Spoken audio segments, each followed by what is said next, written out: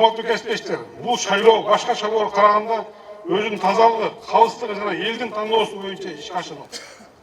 Добуштарды сатып алуу же бурмалоо боюнча мыйзам бузуу фактысы болсо, ички иштер органдары кыска мөөнөттүн ичинде аныктап, жыйынтыгын шайлоо комиссиясына берүүгө тийиш.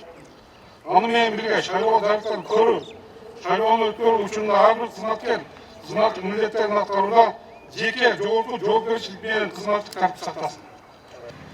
2021 жылдын 25 ноябрынан баштап республиканын барлык аймактарында кызматкерлер күчөткөн тартипте кызмат өткөрүлөт.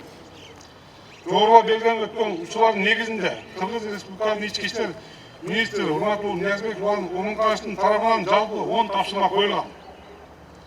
Биринчи, шайлоого чейинки үгүт иштери учурунда жана шайлоо күнү коомдук коопсуздук менен жол кыймыл эрежелерин сактоо күчөткөн тартипте камсыздалсын. Шайлоо учуртарына бөлүнгөн кызматкерлерге текшерүү шарттары түзүлсүн. Анын ичинде кызматкерлердин тамак ашы, медициналык бетаптары жана башка керектүү каражаттар менен камсыздоо маселеси жеринде чечилсин. Бюллетендери жер-жерлерге коштоп жеткирип, андан ары ар бир участоктко шайлоо техникалары менен кошо коопсуз кайтарып алуу иштери колго алынсын.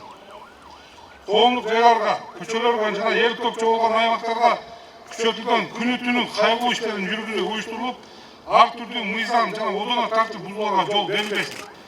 Урматтуу кесиптештер, милициянын эң негизги максаты шайлоону тынч жана мыйзам чегинде өткөрүп, элге кызмат кылуу эсептелет.